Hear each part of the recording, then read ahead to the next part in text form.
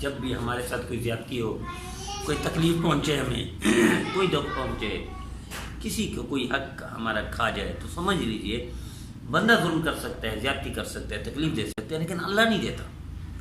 اللہ اس تکلیف کا بدلہ ہمیں دیتا ہے، تو ہم کیوں پریشان ہوں؟ ہم کیوں اس کو ظالم کہیں؟ کیوں اپنی نیکیاں اس کو دیں؟ کیوں اپنے اندر ایک بغض پیدا کریں؟ تو آئیے تو تجربہ کر کے دیکھ لیجئے، جب بھی آپ کے ساتھ زیادتی ہوتی ہے، کوئی بندہ زیادتی کرتا ہے، حق کھاتا ہے، تکلیف دیتا ہے، تو اللہ اس تکلیف کو بدلہ دیتا ہے، اللہ اس حق کا بدلہ دیتا ہے، ایسا دیتا ہے کہ نسلیں آپ کی کھاتی ہیں۔ تو اس لیے کبھی کسی پر ناراض نہ ہوا کرے، لڑائی نہ کیا کرے، حق آگے لڑائی نہ کرے، اس لیے کہ اللہ لڑائی کرنے والوں کے ساتھ نہیں ہے، اللہ زیادتی کرنے والوں کے ساتھ نہیں ہے۔ ان اللہ مع الصابرین، اللہ صبر کرنے والوں کے ساتھ ہے۔ اب صبر کر کے تو دیکھیں اللہ کرتا کیا آپ کے ساتھ۔ ہم صبر نہیں کرتے، حق ہے کسی نے ہم لڑ جاتے ہیں، ہم بول چال بند کر دیتے ہیں، ہم تکلیف دیتے ہیں، ہم اس کی غیبت برائی کرتے ہیں، گالیاں دیتے ہیں، پیسے سے بھی خالی ہو جاتے ہیں، نیکی سے بھی خالی ہو جاتے ہیں۔ کیا ضرورت ہے؟ خسر الدنیا والآخرہ، دنیا بھی برباد کر بیٹھے، آخرت بھی خراب کر بیٹھے، فائدہ کیا ہوا؟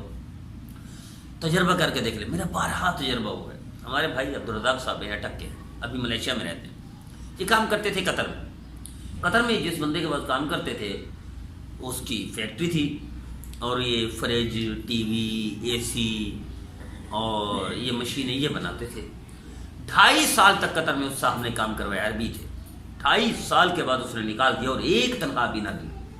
یہ بیچارے غریب تھے، شریف بھی تھے، صاحب کردار بھی ہیں، اور اچھی چیزوں کو سمجھتے بھی ہیں۔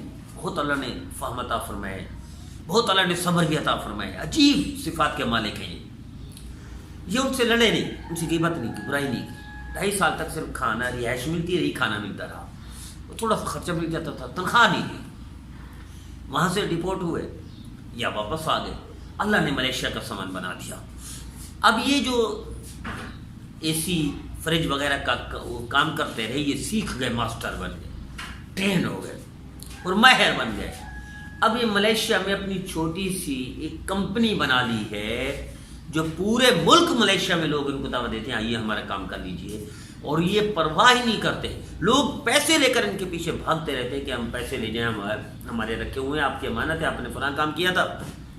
ماشاءاللہ اپنے خاندان کو بھی کھپا چکے ہیں، خاندان کو بھی اپنے مہارت تامہ دے چکے ہیں، اور خود بھی ماہر ہیں کہ پورے ملیشیا میں رول ماڈل اور نمونہ بن گیا ہے۔ اپنی چھوٹی موٹی کمپنی بنا لی اور 10 بندے وہاں کھپا لیے، 10 بندوں کو روزگار دے دیا، 10 بندوں کے گھروں میں خوشحالی اور دیے جلا دیے۔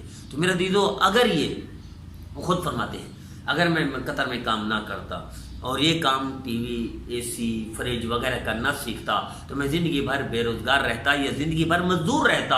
مزدور کی کیا اہمیت ہے؟ آج میں ایک چھوٹی موٹی کمپنی کا مالک ہوں، اور میں نے 10 بندے ملیشیا لے کر دیے ہوں الحمدللہ، اور اپنی کمپنی کے تھرو کام دلا دیتا ہوں، میرے لیے کوئی مسئلہ نہیں۔ اپنا خاندان بھی ویل سیٹ ہو گیا، اور کئیوں خاندان کو بھی کھڑا کر دیا اپنے پاؤں پر، اور ذریعہ بن گیا۔ تو آئیے ہم طے کر لیں کہ اگر یہ زیادتی وہاں قطر میں نہ ہوتی تو یہ کبھی بھی